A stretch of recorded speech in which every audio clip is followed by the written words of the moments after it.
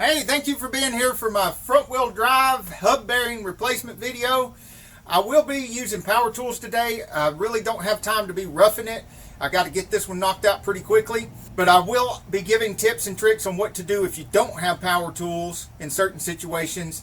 And yes, Tigger the shop cat will be here to help out too. And this happens to be a Toyota, but it's front wheel drive, front hub bearing.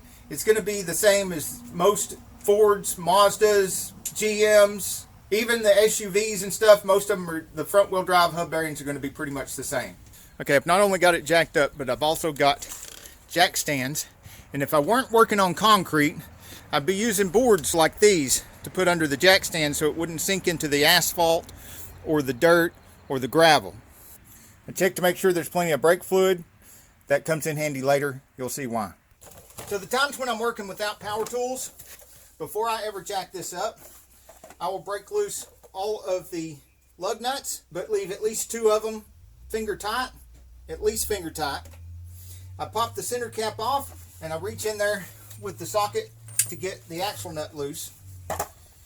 I've been using this Aries set for a few years now after most of my Max set walked off, and they're the thin wall for getting into these modern wheels, and they're not having any problem holding up against heavy use, even with the big Milwaukee Bruiser pushing them. So I think it's time to endorse the things and say they're good. That's on automatic setting. That's why you heard it come on strong and then slow down. I didn't even do that with my finger. It just did that automatically.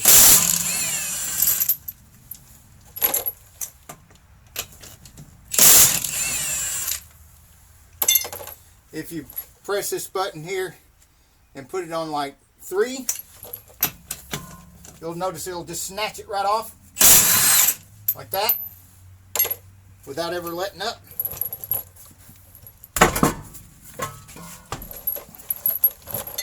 I like to put the wheel underneath the car. It's not a good idea for the wheel. It's better to put an old wheel up under there in case something happens with the jack. And it's not going to happen with the jack on the concrete floor, but it's a good habit in case I'm working on asphalt or dirt or gravel and something happens. It can drop down on the wheel instead of dropping down on the leg. You don't have to have nice Mac and Snap-on stuff to do these kind of things, but it does help. It makes it go faster. It doesn't make it impossible not having it.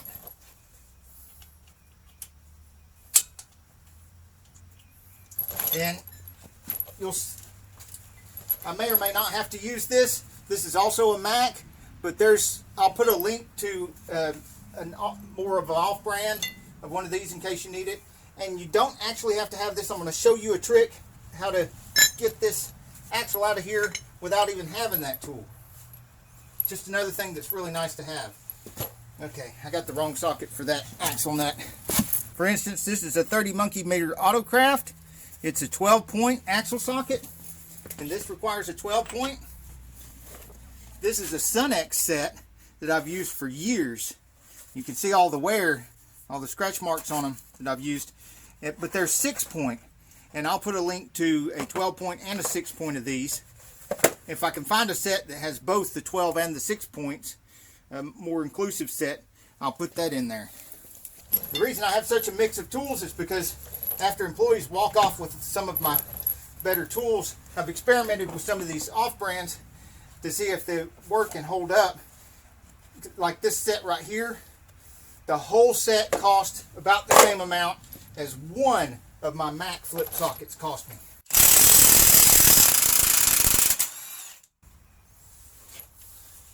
It doesn't hurt me near as much when an employee walks off with one of those as when they walk off with one of my Mac or Snap-on. Now, when these come off, if you're barehanded, they're hot. When you rip them off of that many threads, they're going to be hot. So just be careful. Yep, 12 monkey meters, because we're going to need this. And over here, probably 12 there too. Yep, 12 there. Get that broke loose. Put that aside. That down to 3/8. Make damn sure it's on reverse, because the Milwaukee can break things. It's like 1,400 foot-pounds in reverse.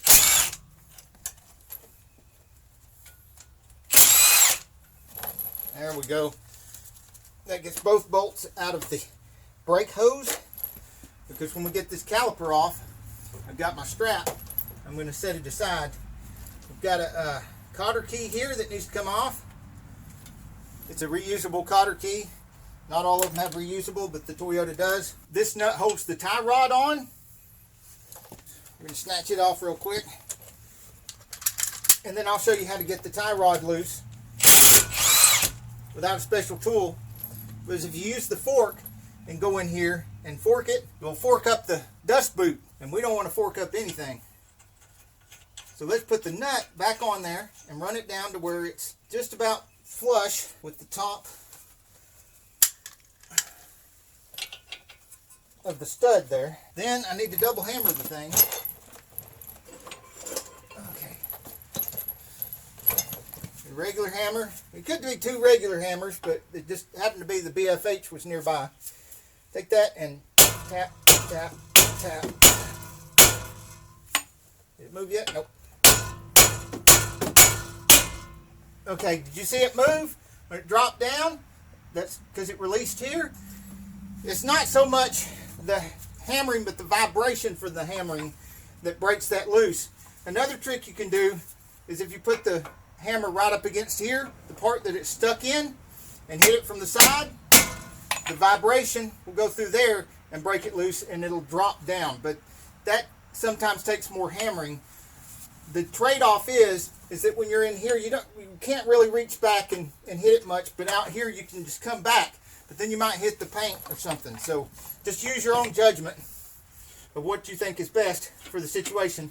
But never tap on that without having the nut there to protect it, because you notice the nut right here is coming off nice and easy because I didn't damage the threads. And if I did damage the threads a little bit, the act of taking the nut off will straighten the threads out. There we go. And see, it didn't hurt the castle nut either, because they shared the load.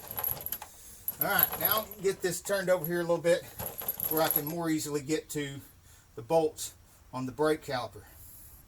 Now, we don't have to take the caliper loose from the bracket, but we need to take the bracket off of the knuckle, which we're back to the 17 monkey meters, which is what size that was. 17 monkey meters back here. Now, I don't think I'm going to fit the Milwaukee in here. Well, yeah, I can, because I got the swivel socket, so that might work. Normally, you can't get in there, so you either do a double wrench trick or get the breaker bar and get under here and break it loose with the breaker bar.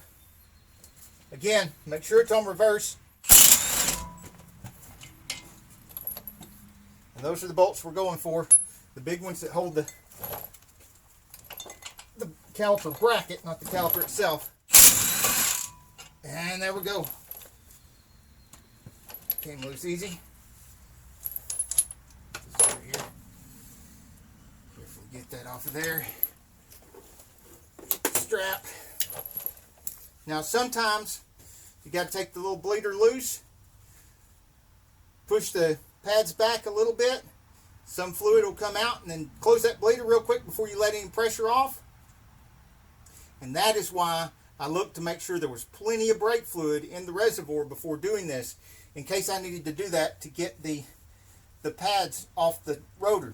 This rotor is a fairly new rotor, so it doesn't have a thick lip here, so it didn't get caught. I'm going to hook these on the suspension spring up here as high as I can reach.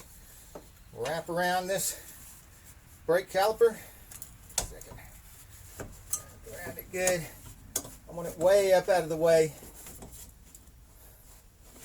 because I'm going to be taking these bolts loose too and pulling the whole steering knuckle out. The rotor off, set it aside. Some rotors have little holes here and there. These just have these little for helping push off of here. And you see the little history mark there and there? Always look for the history marks so that when you put the rotor back on, the holes line up with the history marks. Otherwise, if you offset it like that and you got the hole in a new place and the history mark right there between the rotor and the hub, of course we're replacing this hub, so it's not going to matter on this one. But as a habit, if you were reusing the hub or you're replacing the bearing and reusing the hub in a new bearing, and not the whole bearing hub assembly, you need to know that, and you need to be in the habit of doing that, because if you ever have any of that grit from around that circle of that history mark between the rotor and the hub, you will get pulsation in the pedal. Oh, look at that. We don't need this tool at all. And I'm going to show you the trick with the hammer anyway. It's the same as what we used on this, but put this nut on here and get it down there to protect it real good. Flush where you think you're flush, and then back off a quarter of a turn. Make sure it's the nut that it's taking most of the damage, and then you smack it until it comes loose. And then just like the other one, take the nut off. And that's how you get around having to have the special tool if the splines are stuck in the hub, which they're not on this one, so what luck. Very lucky. Nice. Okay, before I take these loose, I need to go down here and get those, and I need to know what size they are, and without laying down there, I can't really see them. So I'm just going to feel of them with sockets until I find the right size. But we're another 17 monkey meters. So kudos to the designers, the engineers that designed this and made so many of the bolts and nuts the same size.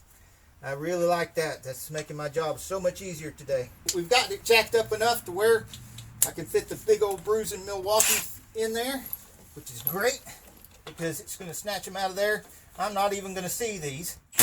I'm just going to do them blind.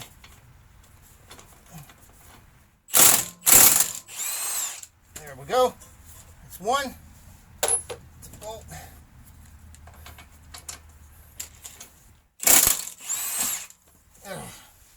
There's a nut. Okay. Ow! Oof. I wrapped my... Watch out for that. I wrapped my glove up in it. And it apparently gets off. There we go.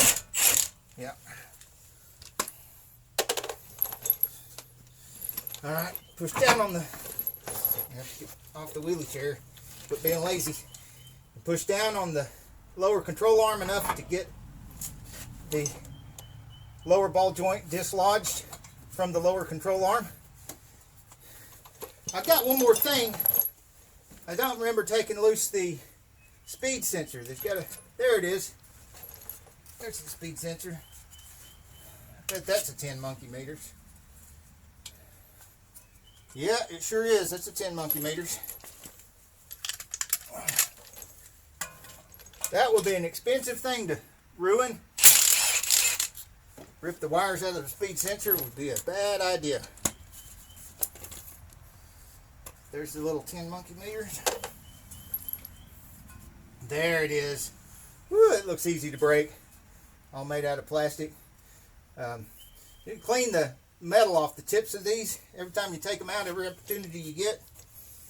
Clean them off, because if they get enough metal and road filth and stuff, they're little magnets, and if they get enough metal and road filth built up on the tip of them, they'll start setting a code as if they're bad, even if they're not bad. So it's nice and clean now. Alright, that needs to be tucked back there where it can be safe. I'm going to be careful right here around it. So I'm going to put the socket on this side and the Milwaukee on this side. 22 wrench though. I went ahead and got a 22 impact because I don't want to break my pretty chrome socket on there. If I was using a breaker bar, that'd be fine. But I'm using the Milwaukee. It's powerful enough to break stuff. Whoa! Let's make sure we get both 2 hands on this to get it broken. There we go. The other one too. See, I almost rounded that off. Oh, there we go. So now I'm gonna finish them off. Yeah, I almost rounded that off because I tried to do that one-handed. And just to give you an idea, even with these, you shouldn't be doing that one-handed, because I almost rounded that off. Broke loose first. There's not enough shoulder on that.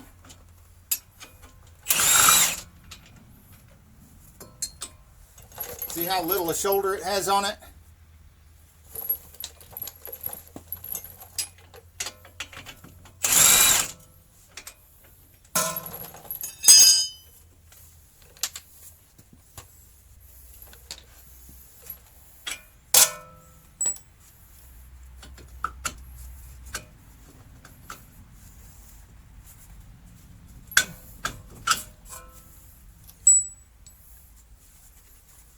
Alright.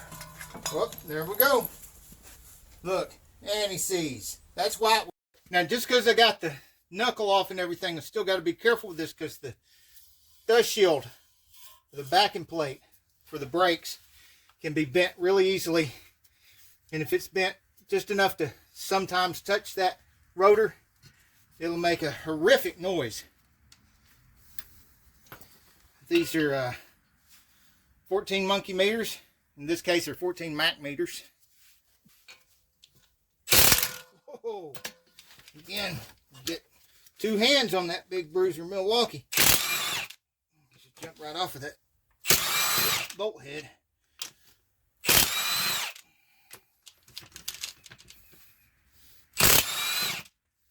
Now, if you don't have something like this, you can put this in the vise.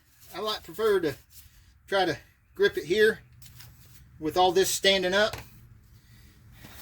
You know, set it down in the vise like so, with all these standing up where I can get to them, and then take a breaker bar to them as long as possible, and maybe with a cheater pipe on the end of it, and snap them all loose.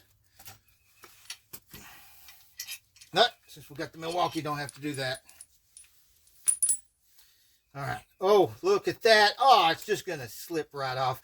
I bet that's been anti-seized as well. Just like this was. Because they don't normally come off like that. You usually have to fight them.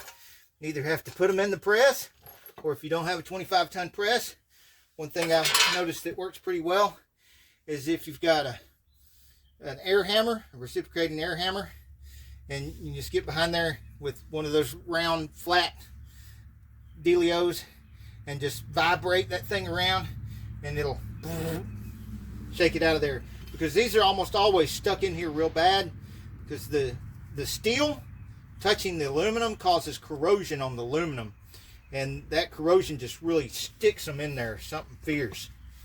But that one's been treated right, and we'll treat it again. And the hub is out, man. Time to put the new one in there. There was no slack at all in this hub bearing.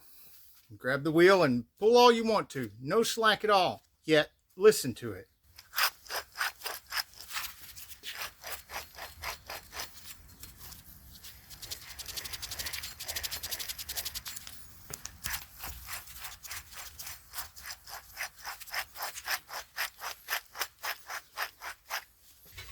Got to wipe this down real good.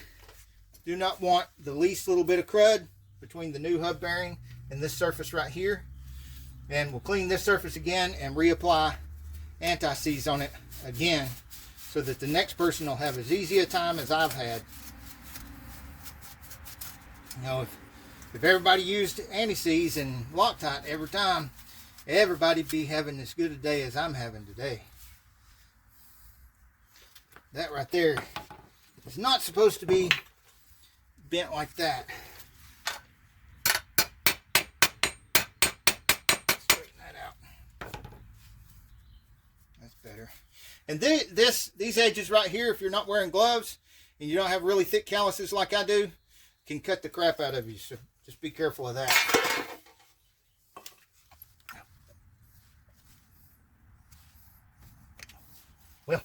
Got dropsy today. Some of this in there good.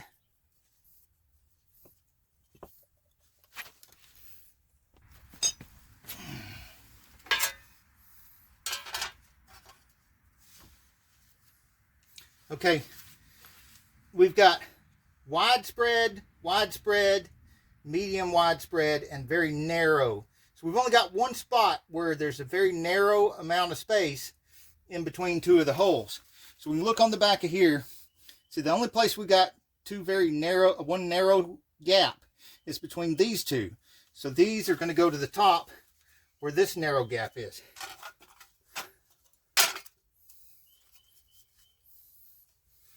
And flip the whole thing over. Again, trying to be careful with the edge of this shield. And now, let's not just drop these in there. Let's get some Loctite on them. If you watch my videos, after a while, you'll start noticing that pretty much every thread gets either Loctite or anti-seize. Hardly anything gets put together dry. There are some exceptions. Some things need to be done dry, but it's rare. It's rare that I don't put either Loctite or anti-seize on something. And while we got good access to these right here, let's go ahead and some Loctite on that one, and on that one, on that one, right here on the, and right here.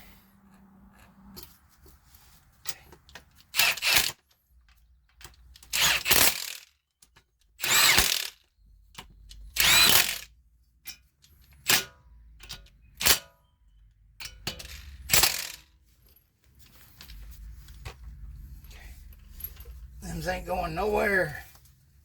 Okay.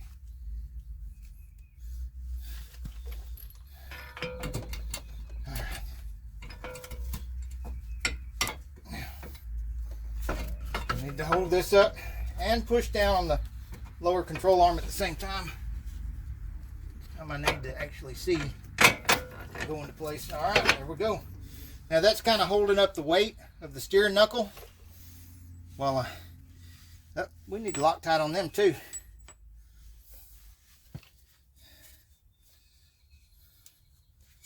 Loctite doesn't just keep things from backing off. It keeps corrosion off the threads.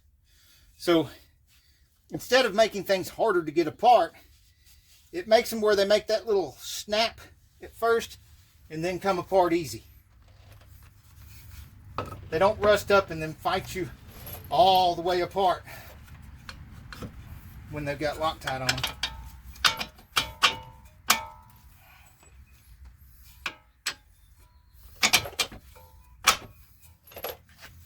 Okay, setting this ball joint on the lower control arm. It's holding the weight up. Don't have the nuts or anything on it yet. And I just stuck the bolts in here. That's keeping this from pivoting out. And then I'll take a 22 monkey meter 6-point. Well, I use the wrench to keep it from moving. And just tighten this up. Because I don't trust the power tool to be jumping around and battering on these nuts when they've got such a shallow little bit of a shoulder there. Seems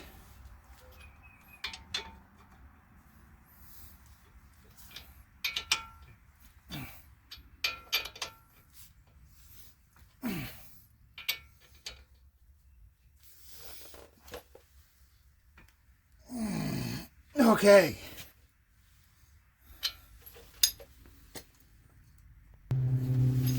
Remember, these are 17 monkey meters, and I've already put the Loctite on the before putting them up here.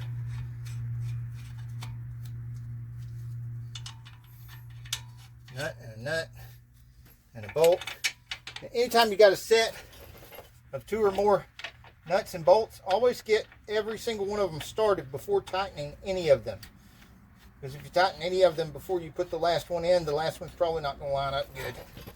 And then you got to loosen back up. Let's see, we got to make sure we're on forward.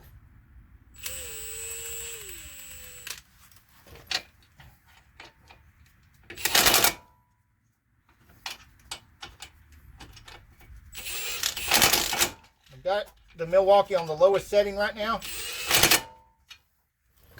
I'm going to set it on 2.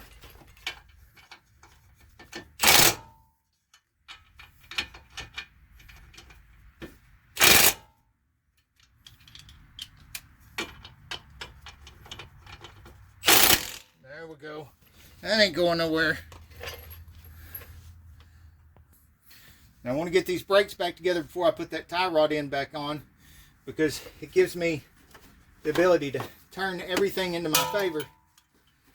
And once I put that tie rod end back on, I can't turn it all without unlocking the steering wheel.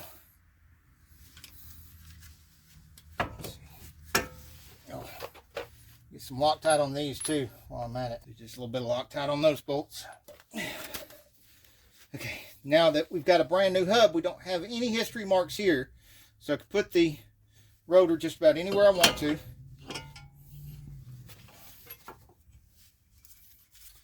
Make sure the pads are spread apart real good. Slip over the rotor correctly.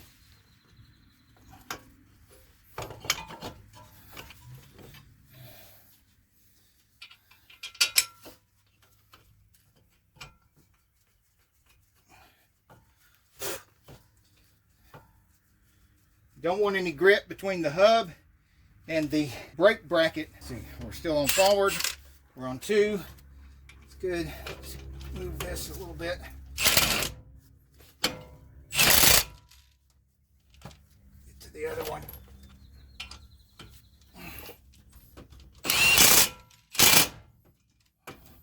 That'd be the axle nut.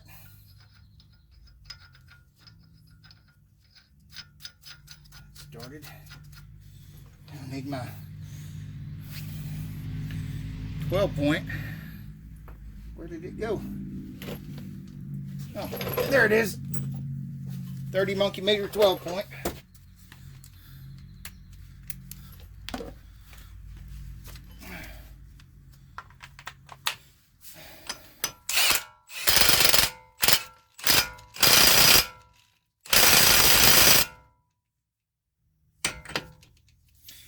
I'm watching right here where that hole is that normally would have a pin going through it, and to see when it stops turning, to make sure that I've got all the slack, where I pulled the axle up in there and took all the slack, if any, out of the hub bearing, because that's what holds the hub bearing together, is this, the other side of that CV joint and this nut pinching that hub together. Yeah, it's not moving. It's done, turned all it's going to turn. So then I'm going to go back and take, well, I'll just show you. Use a dull flathead screwdriver, or the pointy end of this little lady finger here. And we need a dent right there where this groove is. There's a dent. Yeah, see, it's dented, it's dimpled, and it's down in that groove now.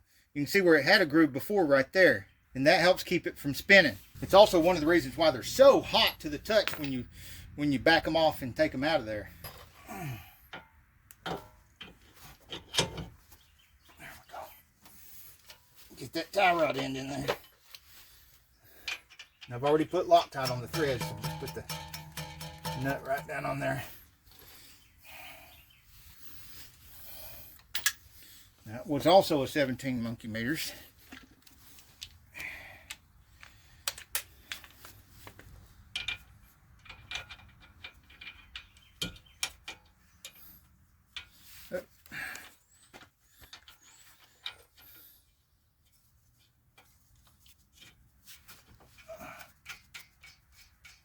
And I did put a little bit of a burr on that nut. The 17 doesn't want to go down on there right anymore, so I'm going to get a file and fix that. Okay, a little tiny bit of flat filing right here. Let's see if that worked. Oh, yeah. It's on there nicely now.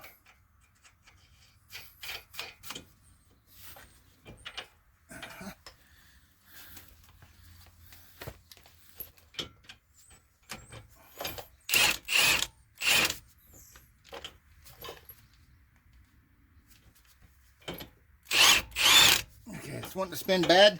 So let me show you how to fix that. It looks like I hoard a bunch of junk, but everything has a purpose.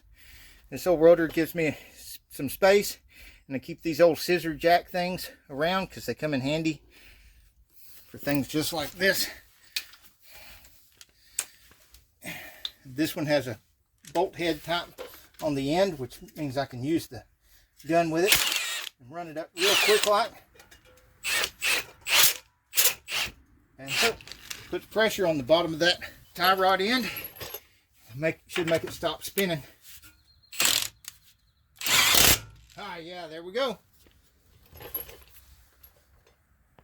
I got lucky on this one, but sometimes when you're going to put the cotter key back in and you're feeling around trying to find the hole, it won't line up anywhere. And so you have to take a wrench and turn the nut just a little bit more to get it line up. But like I said, I got lucky and it's all lined up real easy for me.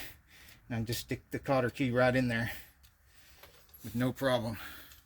But I do need to get my hillbilly jig out of here, which, because of this one's got that nice bolt head type connection on the end, that's quick and easy. Another little tip, if you have some of these and they've been out in the weather and they don't work right, get your 5-gallon bucket and start collecting your old transmission fluid, and then you can soak these in old transmission fluid and get on these threads and down in here and down in these joints and get them working again.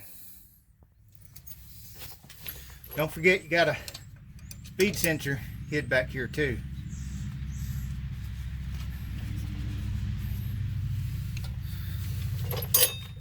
Now we absolutely got to use hand tools now, because we're getting down to the little 10 monkey meter and 12 monkey meter bolts going into aluminum.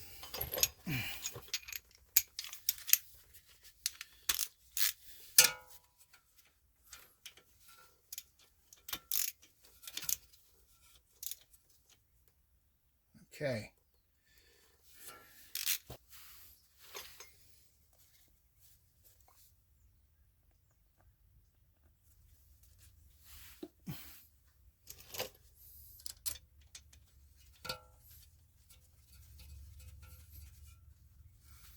This one here, it's got 2 brackets here. Luckily they both kind of stayed in place. You got to make sure you catch both of them with the one bolt, and make sure their little tabs are down in the right place too. I don't know if you can see that or not. There. See where I've got 2 different brackets here? One comes up and holds that hose, and then this one holds the wire for the speed sensor. Oh, I don't know if I can get in there with the camera or not. Let's see. See just how good I am. Get in there. Not knock the camera over.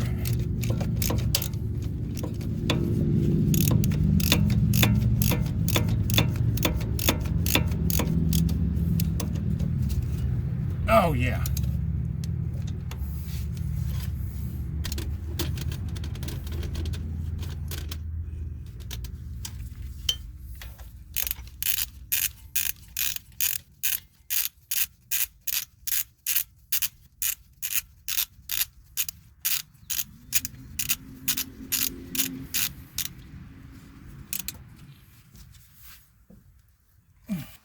If you want to see me using the press-on one, watch my older video on the same thing. That one was corroded really bad and I had to use the press. Also, head gasket jobs, timing chain jobs, brakes on the Toyota, the Corvettes, many other vehicles right here on this channel. And don't forget to hang out with us in August when we have the St. Jude Children's Charity Car Show. And I'll be featuring a lot of really cool, beautiful vehicles.